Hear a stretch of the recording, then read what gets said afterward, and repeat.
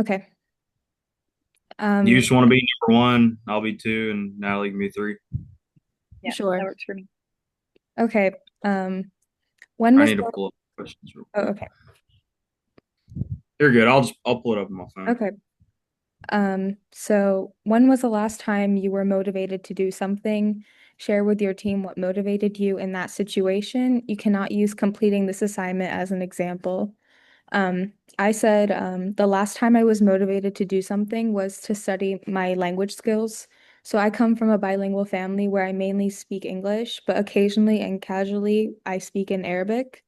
And you can imagine that practicing only a second language at home in a specific like dialect is definitely a struggle when I have to speak with people outside of my family in that language. So recently I met up with a couple of my family's friends and they were speaking in Arabic. And the whole time I found it very tough to keep up with what they were saying, which was very frustrating because based on context clues, I knew it was very important and relevant to politics that are currently happening.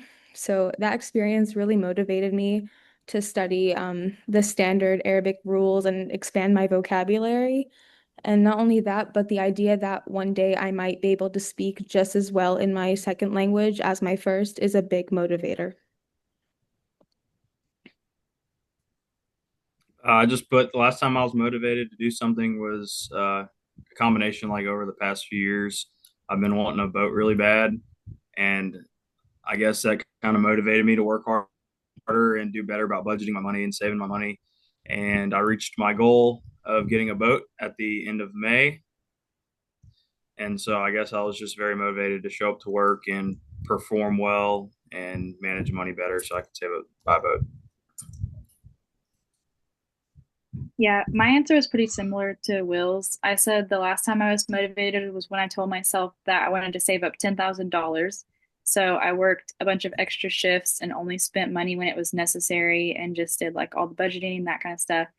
And it took a lot of hard work and dedication, but I finally did it. Saved up $10,000. So, Yeah, money's a big motivator. yeah. Oh yeah. Yeah. Um, okay, so it's Will's turn. Select one of the options and answer for the group.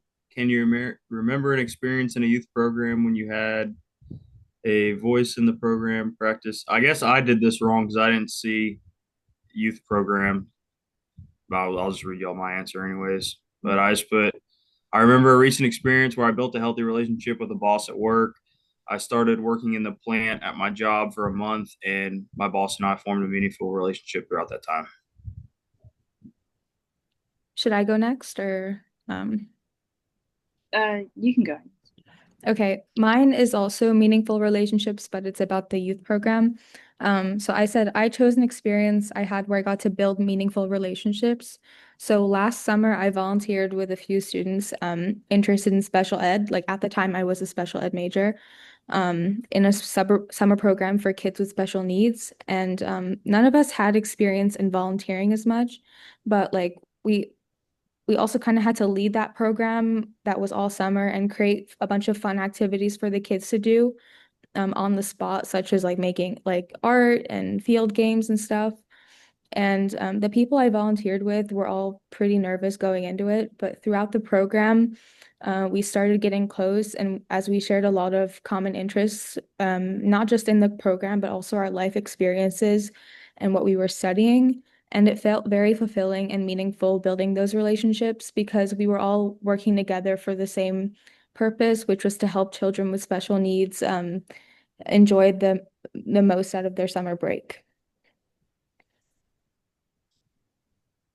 For my answer, I chose having a voice in the program. And I said last summer I worked at a sports camp for school-aged kids, and I had a voice in this program because I was the lead counselor and had my own group of kids. And it was just a really fun and impactful experience for me and the kids. And it was cool to just have my own kind of group and just make my own rules and things like that. I guess if y'all don't mind, I'll give y'all a better answer than because obviously I read it wrong, but I know something on top of my head. I'm just gonna go change Okay. it on my sheet. But in high school, I volunteered. It was like 10 Sundays throughout the spring we would like teach the special ed kids how to play baseball and like play baseball with them on Sundays. And I built a meaningful relationship with this little girl, and she started crying the last Sunday we had, and it was pretty meaningful. So I guess that's my experience. We had that in our school too. I really like that. Like I didn't Yeah, participate, but I like the idea that people who are playing baseball could just like help other kids with special needs enjoy that. yeah, it was cool. Okay. All right. Number three, share one thing that you found interesting from the Bobo doll experiment. I said I found it interesting that children showed aggression to the doll even when the adult that they observed was a stranger. And this kind of shows that kids don't need to have an emotional connection or any kind of bond with an adult in order to imitate their behavior. And this also supports the social learning theory by showing that the kids are learning behaviors through observation. I said that one thing I found interesting was that some kids would mimic or mirror the shown behavior without reason, and some with reason. So what I mean is that there were some kids who saw the adult beat up the Bobo doll and shout specific phrases, and immediately when they were put alone with the doll, they copied the behavior exactly, even down to the same phrases. And this showed the power behind observational learning, like you said, but also just how much each kid's response differs based on personality and their awareness and how much they can control their emotions. I put something pretty similar to Natalie. The children didn't just copy the aggressive behavior that they'd seen, but also kind of invented some of their own. And for example, they'd pretend to shoot the dolls with toy guns, even though they didn't see the adults doing that, which kind of showed that watching aggressive behaviors can inspire more and like create new ones, I guess. Okay, the next question. What was your big takeaway from day 16 lecture? The big overall takeaway or lesson that I got from his youth with disabilities lecture was the golden rule that he mentioned that which is basically treating others the way you would like to be treated. And not only that, but like the best way to navigate conversations and interactions with people with disabilities is to be yourself. And that might sound confusing to some people, but what I mean is that we should be the most considerate and respectful versions of ourselves. So if that means you need to ask clarifying questions or to personally explore and learn more about what people with disabilities might go through or experience, then by all means do that. And from my personal experience, the most important thing was to understand first and foremost what their disability is, like the type and category, and then learn how to navigate interacting with them by being accommodating and accessible, which may differ depending on the environment you're in. I put some a little similar, the treating others how you want to be treated. I just found that interesting because that's just something that you always hear throughout your life, and it's a good thing to live by.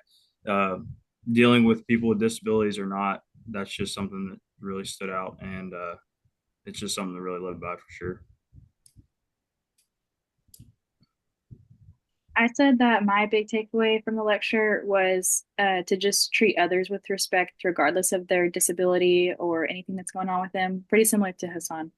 Um, I said it can be considered rude to ask a person with a disability if they need help or if they're able to do something, because then you're just kind of assuming that they can't based on whatever disability they have.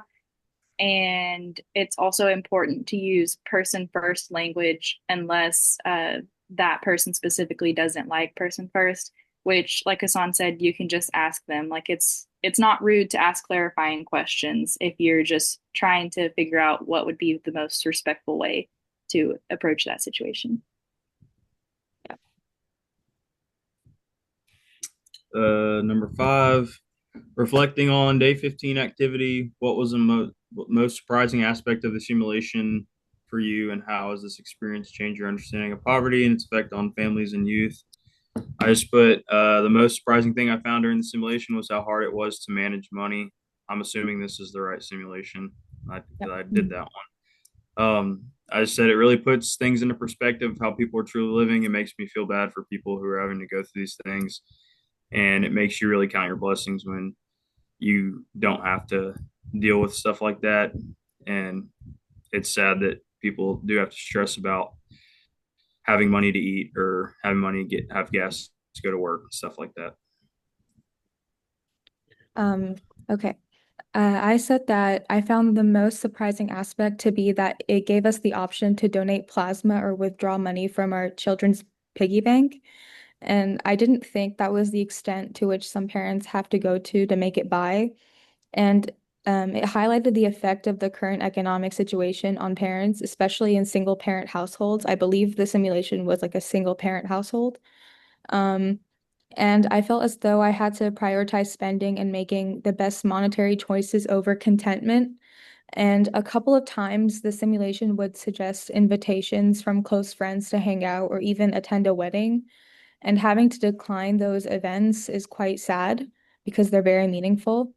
And it's hard to face the truth that depending on your economic situation, you might have to miss out on many activities that to others may seem like just hobbies, but to you, they're so much more. And the simulation definitely changed my perspective and immediate reactions to the choices families make regarding lifestyle and the activities they and their youth can participate in. I like that answer. Thank you. I said the most surprising aspect of the simulation for me was that it's just so easy to lose things like your job, your house, your car, and other type of personal belongings that to most people are just like a given. And it's crazy that you could lose it so easily and then you have to work that much harder to make up for it. And it really put things into perspective for me because it's hard to imagine how someone losing all of their money, someone becoming homeless, because that's just something that I've never been through personally. And it's something that happens every day to millions of people around the world. And it's really easy to judge and say, this would never happen to me. But after doing the simulation, it made me realize that this could happen to me if I didn't have the opportunities and the support that I have right now. I could be homeless too, like in an instant. Everything could change. I could lose everything. So it just really, like Will said, like made me count my blessings, like that I don't have to go through these type of situations and make those kind of tough choices. And then is it my turn again? Yeah. Okay. Number 6, provide 2 aha moments from the history of youth development lecture, and then give a brief overview from the teenage trailer. What are your thoughts about this film? I said that my first aha moment from the lecture was that the term adolescence wasn't really used widely until the 20th century. And it originated in the 15th century, but it wasn't used as a developmental stage until later on. And this was interesting to me because the way that we view children and teenagers today was actually not the same as how they viewed them in earlier times. So that's just kind of crazy to think about. Like that whole term just wasn't really used yet. And then my second was that the creation of youth programs was largely due to urbanization, industrialization, and immigration. This kind of changed how I viewed youth programs after finding out this because they were created under way different circumstances than what I thought. Because how we see youth programs today is that they're opportunities for youth to get engaged and grow and thrive in their community. But back then, it was just used to manage a growing and changing population. And then the teenage trailer is about a documentary showing the evolution of teenage identity in the 1900s. And I like that it uses real teens perspectives to show how they went through the societal and cultural changes. And then it also highlights the fact that the word teenager did not always exist. They used to be thought of as children or adults or just everything in between because the term teenager and adolescent just wasn't used yet. And I thought this video was very informative and realistic, and I liked that they used the teenage perspectives. I already said that. Sorry. No, that was really good. Um, I did not really quite understand what's like an aha moment. Is that like surprising or things that just like catch your Yeah. eye? Okay.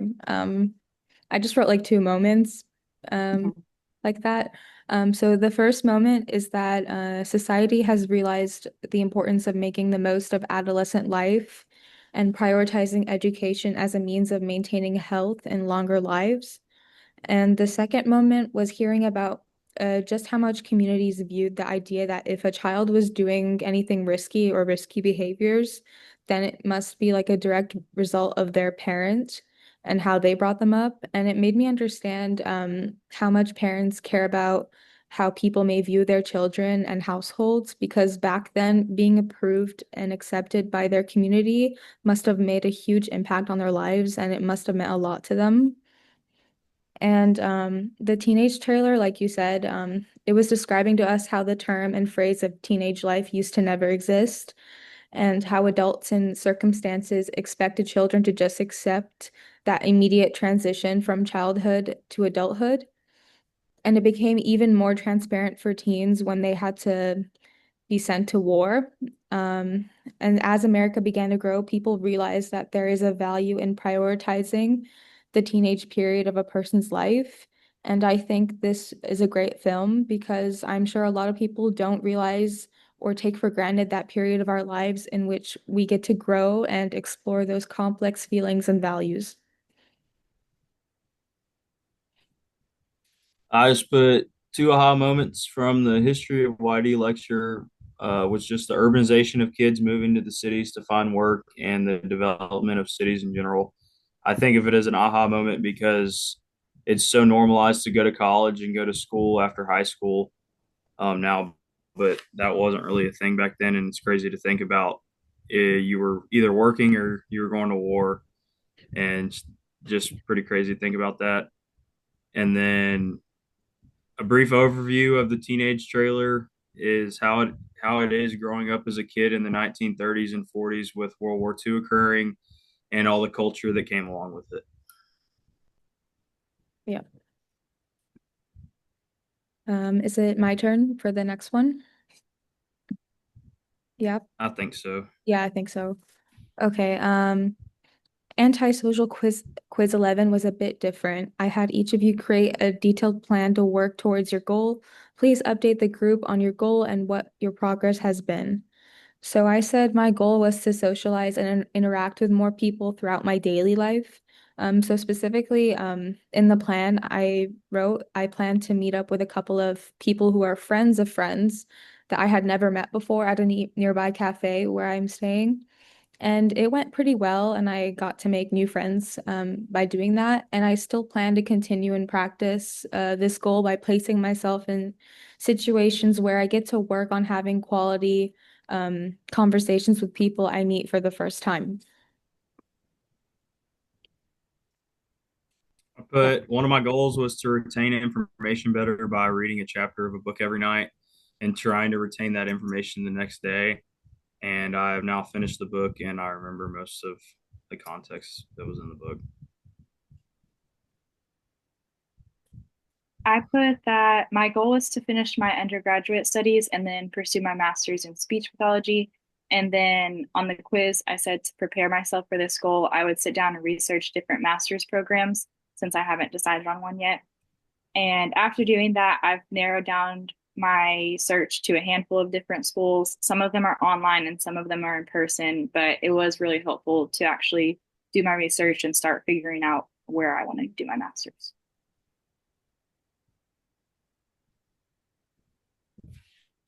Number 8, thinking from the lens of a youth development program leader, what takeaways can you share from the two required podcasts that Dr. Nelson had us listen to? In other words, how could you take this information and apply it to the following?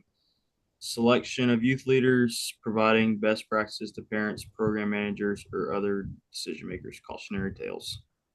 I put key takeaways from the Powerball revolution is that traditional selection methods often reinforce privileging youth with social capital.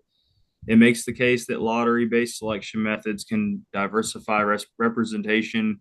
Rather than doing this, I think we should develop the youth rather than just a random selection. From the second podcast, Cautionary Tales, I gathered that well-intentioned decisions can go wrong when driven by false logic, bias, or narrow perspectives. After listening, I think it is critical to teach critical thinking to all stakeholders to prevent harmful patterns. I said from the selection of youth leaders, Powerball Revolution. So I said in this podcast, what I took away from it was that oftentimes the best way to select youth leaders or who among youth should take on certain leadership roles is by making a more like random or lottery selection rather than an election. I think that was a bit opposite of what you said, right? You said that random selection is not as good. Um, Mhm. I said that it sometimes it actually works quite well, and it's because the process of an election can discourage. I wrote it from the children's perspective, so children who have the skills to participate, it might be discouraging to do an election. So, for example, kids and teens often elect people based on whether they are friends or popular or charismatic or even just funny. So to other kids who are more quiet or more shy, but who do like taking on those leader roles, might not want to go through that process. But making it a lottery or randomized process puts all the youth on an equal playing field. But in other contexts, I'm sure an election works better than just having it randomized because you never know who you're going to get.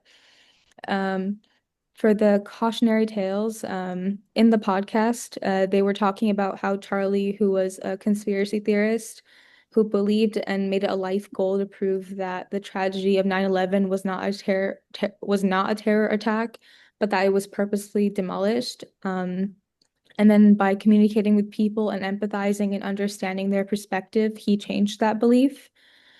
So often as adults, especially parents and decision makers, when we encounter youth and families with certain beliefs that don't align with what we believe is morally or factually correct, we want to correct them immediately.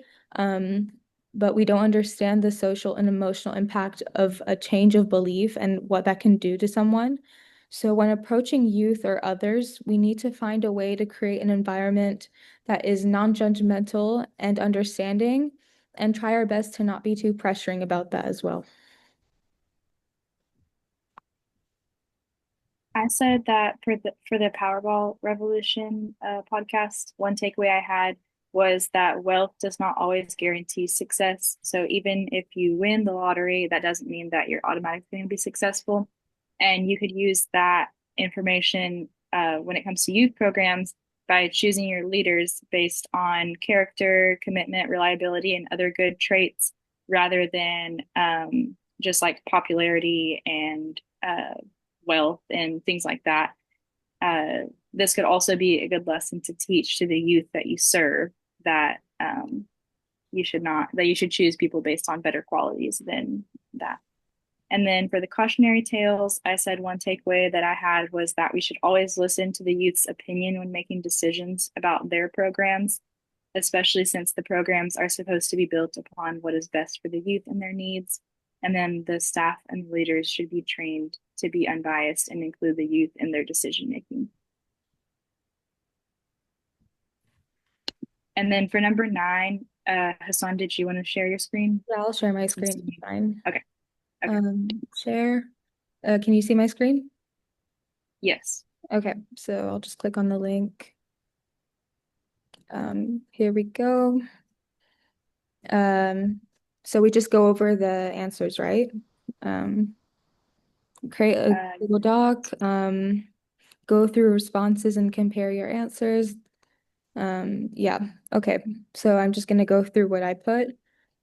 So the first one I said, youth need nourishing, supportive, and protective environments where they can grow to be healthy and contributing adults. And then the second one, I said adults must be intentional and skilled about enriching setting with elements that lead to positive youth development. The third one, I wasn't sure what to put in the blank, but I'm pretty sure it was just Yeah. listing these 9 things underneath it. Do you want me to go through and read all of them or It's no? okay, I think. Yeah, okay. I'll just skip that. Okay. Um, For this one, I put institute feelings of belonging for a positive relationship with a caring adult, for a safe emotional and physical environment. I said youth do not fear physical or emotional harm um, while participating. An inclusive environment, youth members encourage each other during fair judging at sports events.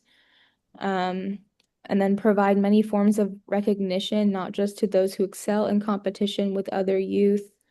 Engagement in learning, I said the engaged learner has a higher degree of self-motivation and a capacity for creativity. This one didn't have anything, so I just skipped that. Opportunity for mastery, I said the development of mastery is a process that takes place over time. And then plan developmentally appropriate activities and accommodate diverse learning styles. For this one, encourage youth to set goals for themselves. And then preparation, practice, and determination support the premise that hard work pays off in the future. And then for opportunity of self-determination, youth members choose projects, activities, etc. And then adult leaders act more as guides on the side. Um, and then opportunity to value and practice service for others. The ideal adult is one who freely and joyfully contributes his or her time and talents. And then the second one, it was meaningful service learning helps young people understand others and themselves, as well as see how they can make a positive impact throughout the rest of their lives. And then service to others is the rent you pay for your room here on earth. That was the quote in the reading. Yep. Okay. I think I had pretty much the exact same answers as you. Most Uh, definitely, it was a fill in the blank. yeah. The only one that I know is not the same is that question that you listed out all like 1 through 9 or 11 or whatever, because I tried to copy and paste it from the reading and it wasn't doing it right. But I saw that you had already had it on there, so I figured we would go over it then. But Okay. yeah, I think pretty much everything else I have the exact same answers. It was just like things that we should have in positive development settings, like what Hmm. attributes we should have, what specific things we should not, I mean, obviously you can't do everything, Yeah. but try to do as much as possible. Um, I'm so we sure have mine the are same probably answers. fairly similar. Yeah, the Yeah. same answers. Yeah, okay. So I'll just stop sharing because we don't have to read this again. Yeah. Uh, Yeah. I was gonna say, like, if we all got it from the reading, then okay, we maybe it's all we all put it here. And I also linked this in my notes, so like if he wants to look at it, he can look at it. yeah. Stop share. Okay. Um, so the next question. Okay. Wait, whose turn is it for this one? Um, I think maybe I'll yours. do it I'm not since sure I though. Okay. didn't technically do number 9, I guess. Okay. Um, oh, this is the one where we make our own question. Yep. So I guess I'll read my question and answer it, and then I guess y'all can answer it, and then you can read your questions and do it again. Do you want to That do that sounds way, or do you want to like ask the question and then we respond, or whatever you want to do? okay. Okay. So my question that I came up with was, what is an example of a time where a leader might need to be selfish? And then I guess I'll go ahead and answer it.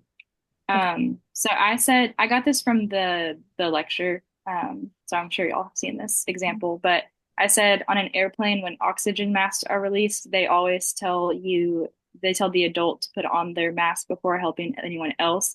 And this could be seen as selfish, but it's really just to ensure that the adult is okay and healthy enough to assist other people. Yeah, so if I would answer it is just like in a situation where like helping the children around you, you have to put yourself first sometimes. Mhm. It's actually kind of hard to answer that question because oftentimes we want to be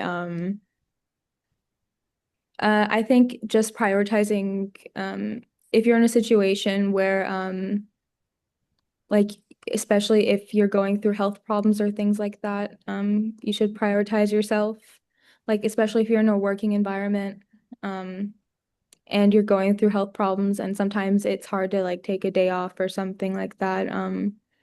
That would be a situation where sometimes you'd have to prioritize your health. But oftentimes in those situations nowadays, you kind of have to prioritize work over your health. So I think that question is just like figuring out what the balance is and things like that. Yeah. I would just sometimes a leader may it may look selfish what he's doing from a follower perspective, but in reality, he's being selfish in order to help everyone, and it may Yeah, just seem like he's being that's what I selfish meant. from another Yeah. perspective. Yeah, because if the leader doesn't help themselves, then sometimes it can like the whole group can fall apart for the followers. Like the structure can Yeah, fall apart. Yeah. Absolutely. Okay, should I ask my question next? Okay. Yeah, Um, you can. okay, so I did the work-life balance discussion point. That's that one in the catch-all slides and lecture. So my question is, do you agree or disagree with this statement? You should enjoy what you do. And then I said, I do think that ideally we should all enjoy what we do in the workplace. In my opinion, I think it should be to a certain extent. I find that sometimes blurring the line between work and what brings joy can lead to varying outcomes for people.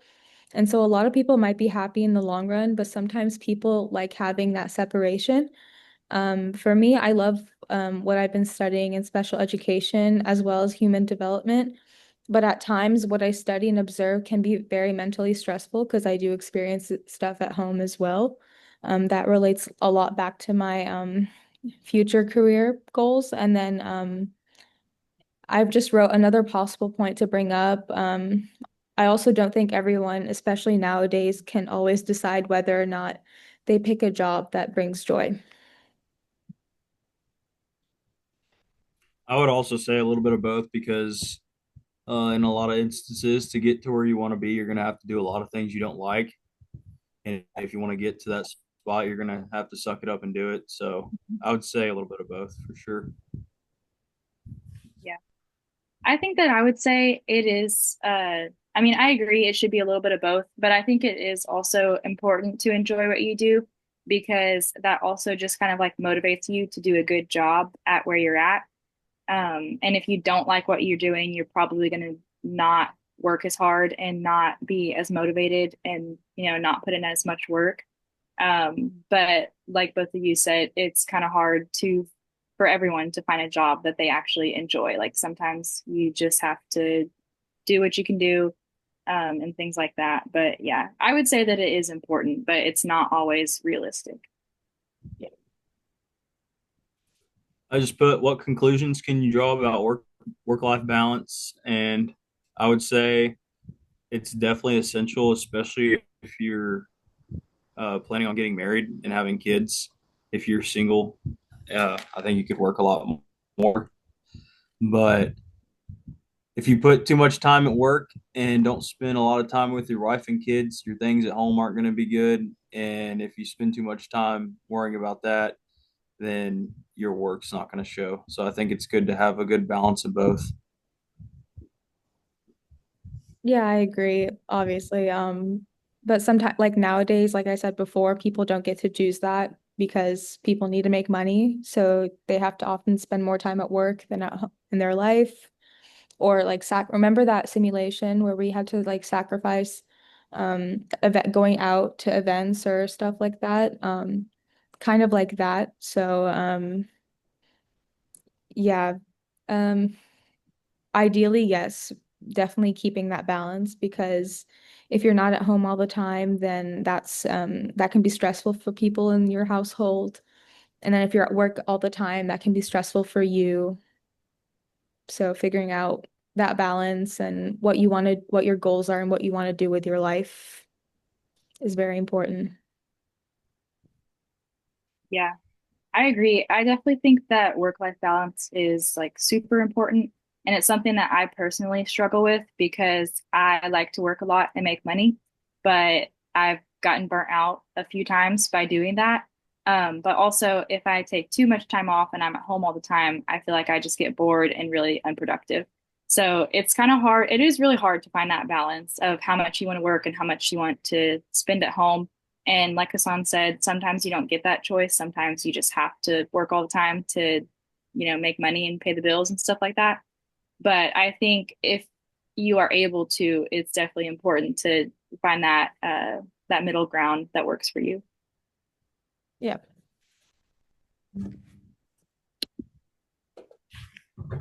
Are those all the questions? Yeah, I think we're done. Okay. I'm just gonna say that when I was sharing my screen, if it says July 2nd, 3 a.m., I'm in Yeah. a different country. I'm doing this at 4 a.m. Oh, It's fine. It's fine. Um, I'm just letting him know so he doesn't think we're doing this a day late or anything like that. We're doing this on time. yeah. Are you guys taking the ALEC 372 class or 371, I believe? Mm-mm. Okay, I'm doing that. Yep. Yeah, I really don't know why I had to take this class just because like this has absolutely nothing to do with my major, but Is it like yeah, an that's why I took elective this class. or I don't know to be honest with you. It was just on my thing. okay, I know for us, because we're HDFS majors, like we need to get a lot of professional development. Mhm. So yeah. Okay, wait, I should stop this recording. Okay. Yeah, I was gonna say it's still Okay, I'm recording. sorry. Okay, I don't care. recording. Oops.